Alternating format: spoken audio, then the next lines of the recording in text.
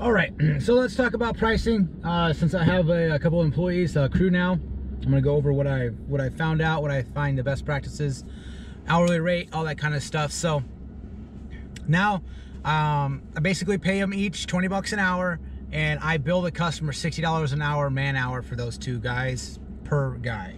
So, and I have a minimum, job minimum now is $249 for anything. That's two guys at 2 hours, which is a quarter day. You know, if you're, I mean, that's minimum. That's absolutely, if I go there with them and I can show them, you know, what to do, they know how to do something, and I can leave them obviously with the tools they need to, and I can go do either another estimate, you know, smooth out another customer, do something that I need to do on another end, you know, cover, you know, do like a callback, you know, certain callbacks. Like today, right now, I'm doing a callback, just touching up a job that I did last year, which I already knew I was going to need to do this because I was standing in when it was a little too chilly out anyway. So that's, you know, that's just, you know, covering my end. And so at $60 an hour is paying all their fees, obviously their hourly rate, plus the business is actually making money off of that as well. So $249 is my minimum charge now for anything. Now, it's a minimum charge, but say if the customer adds on something that's not going to take too long, I can do that exact same time and still, you know, same rate. Like, so if it's something I would have charged $100 for, we'll still be at 100 bucks, but I still don't have to mobilize them to get to the job site. They're already, excuse me. So as far as customer wise, I've get my leads, either I was booked out because I was just me. Now I'm not. So I've been getting a lot of, you know, I've been putting my name out there, replying to a bunch of requests for work, but I usually don't do because I was booked out. So over the weekend, I absolutely slammed. I got one large job I said yes to, which we'll go into later on in another video. And then I immediately got another job that I would just, you know, I'll go in here in a second, my follow-up process, but I was expecting them to say that they weren't going to go with me because, you know, one, it's a lot of money. Two, I priced it, you know, to make money, but they came back, said they wanted to do all the work, so it works out. So I got to find time for this coming up job as well. And then another job, an estimate that I did last year, April 2019 or March 2019. He actually reached out to me. He's like, hey, I want to do the work. So it doesn't happen very often, but yeah. So it's a small bathroom, like a little minor remodel. So it's you know, 4 figures, not 5 figures. So, but let's go through what I do as far as processing. If a customer reaches out to me, I come back, I get a basic gist of the job. I don't charge for remote estimates, so they'll usually send me a couple pictures of the job, and I'll give them like bay window, you know, replacing wood rot. It's all I can you know, estimate that stuff without being on site, because I can verify once I'm on site, but I'm collecting a deposit then too. So after a couple of emails back and forth or text messages back and forth, I'll shoot them an estimate, and it's, you know, contingent on me going there and inspecting the work and everything. But it feels them out after, you know, I don't want to be wasting my time to going to job and job just to not get the work because they think, you know, I'm a $15 handyman kind of thing. So once they get that, they say yes, then I'll, you know, depending on the job size, either not or print up a contract,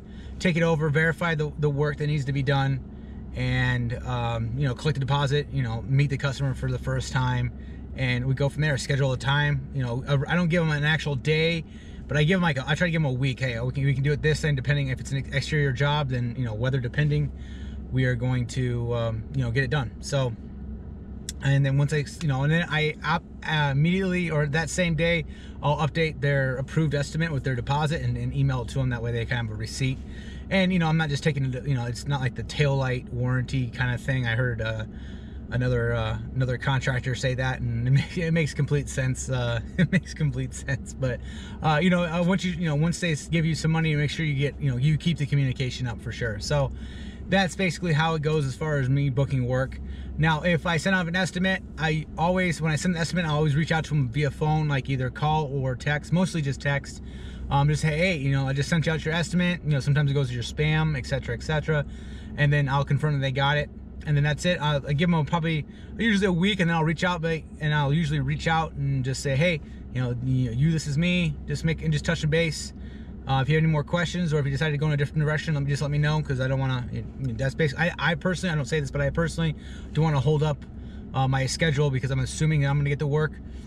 Because they always ask me, hey, when can you get it done? Well, I do have a couple free days at such and such week, and then they'll like 2 weeks go by, and then they'll still expect those same days available, which is never the case. So you just got to, communication is absolutely key. And then most of the time, customers don't they don't respond completely. They ghost you because they found somebody else to do it cheaper or whatever. But I just, that's how I do it. And then actually a lot of times customers, like this one, they come back, they're like, hey, sorry, I've been busy, it's been crazy, let's just do it all, let's get it on the schedule. When when can I give you a deposit?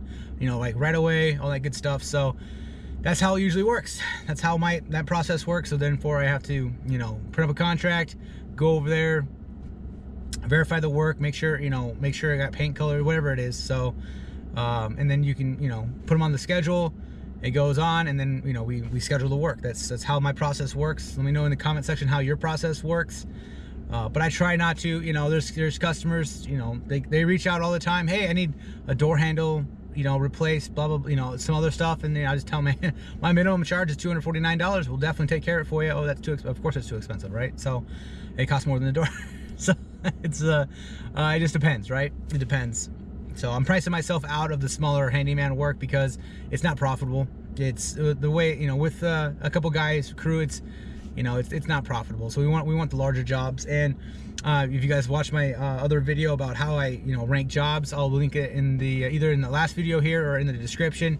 I have a dry erase board, and I think only one job that I have approved is less than $1,000. Everything is more than $1,000, which is kind of crazy, because when I first started this, I was like, whoa, $1,000 job, that's crazy. Now it's like, if it's less than $1,000, it's like, I don't know. It's hard to get too excited. I mean, it's less than $1,000 job is always, it's a day job. That's how it is. If you consider, okay, I'm paying my guys 20 bucks an hour. I'm paying my rates the same as, right? So if we all three of us on the job at one time, if it's $1,000 job with materials, it's going to be a one-day job. There's no reason why we can't get a job with that caliber done in one day, because of how I price the job. So if it's at less than $1,000, then I mean, I'm thinking it's not going to take much too long. So yeah. So if it's over $1,000, then we can go into the multiple days, day and a half, weeks. I mean, if you're looking at a $9,000 job, it's gonna be probably a week at least, depending on materials. So, but that's how I basically price jobs. That's how I'm doing it right now. It's working out so far. Absolutely. I was getting light on work as far as getting stuff rolling, because it's just it's a transition, but we're getting there as well. So yeah, that's all right. Sorry, I'm making sure that the customer was good and handled. So back to pricing. Yeah, that's how I do it with customers. It's been working out. The main thing with this, in any business, because you have a lot of tire kickers, you're gonna have people reaching out. I will tell you a story. I had Nick, one of my guys, just finishing up a just finishing up a touch up on a mailbox in West Bloomfield, and it's a higher end home. The homes are over $1 million a piece, and their HOA requires a certain mailbox. So I was contracted. I was hired to do it, no problem. But I had another customer come out and wanted the exact same thing done. I told them the price. They actually just wanted the stencil, actually wanted the actual house number stenciled out and routed out in their mailbox, which is, I think they're supposed to. That's how they're supposed to be there. So I gave her my minimum price of $249, and she's like, "Whoa, that's a lot of money." I'm just like, yeah, I explained to her, like, this is over the phone, so it's not costing. I'm not going there actually, but again, it's a lot of money. For if you just look at it, the finished product, you're like, oh, that's a lot. But you got to think, yeah, I got to disassemble the entire mailbox. We've got to stencil everything out, trace it, router it out, and you probably want it painted, because they're probably assuming that it's painted, because the ones we're doing, they're already painted. So I gave her the minimum price just to do that, and she was kind of laughing, which I was like, hey, that's our price. And she was asking, she was waiting for me to come down on the price. But I'm not going. It's just like, all right, have a great day, And then she's like, oh wait, Could you guys, you know, come out here and take a look? And I told her that's our minimum price for it. Yeah, that's what we did. The price is not going to change. It's only going to go up from there depending on what we need to do with your mailbox. So I'm guessing that her mailbox was in really bad shape, and it is what it is. I mean, nobody, like, come on. So it just depends on the customer. You want to weed out those customers on the phone. You know, you want to waste as little time as possible with those kind of customers. And you know, you just gotta let you know, my guys know, they don't know pricing, so they just tell, you know, they give, you know, whoever talks to them my number, and, you know, I can explain to them what the price is gonna be. Another time, you got a lot of people come up to you just because they, you know, their neighborhoods, and they want to know what's going on, and that's basically, you know, how it goes as far as, you know, contracting and, you know, work going on. So most of the time, people coming up, they're just curious. People calling, they're just curious. Pretty rarely people will actually call you. They already know what they want. They have a budget in mind, and they want to get something done. That's, you know, that's what you want. But people just, you know, they're shopping. They're window shopping, right? So make sure you don't waste your time with those. As little time as possible. It's still fun to, you know, be cordial. And you never know, they could, you know, she could call back, be like, okay, let's get it done. You know, you don't want to burn any bridges whatsoever. So just be cordial, be like, hey, this is what it is. It's business. It's not personal. I can't waste my time for anything less than this, and go from there. Your pricing might be a lot lower if your overhead's a lot lower than mine. But you can't, you know, I'm firing up a truck and a trailer. I have to make money with it, right? So that's how you go. A couple of things about, you know, being efficient with customers, and also being efficient with your job site. I will say, you saw my last miter saw stand video. It's absolutely way more efficient to have 2 stations, so it's keeping guys busy all the time. I'm having a little trouble with keeping both guys busy all the time. I find, you know, one guy's kind of just watching, which is fine. I need to make sure they know how to do everything correctly. If they don't know, they'll either guess, or they'll try to do things, you know, the way they think it's going to be done, or the way they think it should be done, and it might be incorrect. So that's pricing in a nutshell. You know, quoting, you just got to know your hourly rate. If I'm pricing something, so say if it's, you know, a door, you know, demoing and installing a new door, exterior door, you got to think, you know, worst case scenario. So I priced out a demo on a door, and reinstalling an exterior door. The door itself, I think it was like 360 bucks. He just wanted some, you know, random door, exterior door with a deadbolt, not including hardware. So I quoted him $450, because I tell him, you know, at least half, even maybe 2/3 of the time, there's going to be some sort of rot. We live in Michigan. It's pretty humid. It's pretty wet area here. So there's usually going to be some sort of rot underneath the door somewhere. So just, you know, I just cover my bases. That's what we're going to charge. You know, worst case scenario, fitting it in, making sure everything's correct, and then making, you know, you got to fit in the time to have the customer nitpick anything, so you can fix anything you want to, making sure it's completely plumb. And, you know, to material delivery and acquisition, you gotta build that into your price. Even though I say I don't charge for it, I gotta charge for everything. As soon as I wake up in the morning and I get in the truck, you know, I need to be making money. So absolutely charge for everything. So I think that's all I have for right now, guys. That's how it's. All right, what's up, guys? I'm delaying this video just a little bit because I just went on an estimate, or actually to collect a contract delivery to collect a deposit and another estimate. And I asked them, you know, they actually told me that they got 5 estimates for the work that I was quoting them, and I was higher than all of them by $1,800. I was the highest bid, but they decided to go with me for 2 reasons. They said, Richard, you return our phone calls and you show up when you say you are, so we are very comfortable with you. So that makes me feel good, obviously, but also it means, I see here, I just took the wrong U-turn. That's awesome. But that's ideal customer right there. That's, you know, cost is an issue, but it's not the only factor.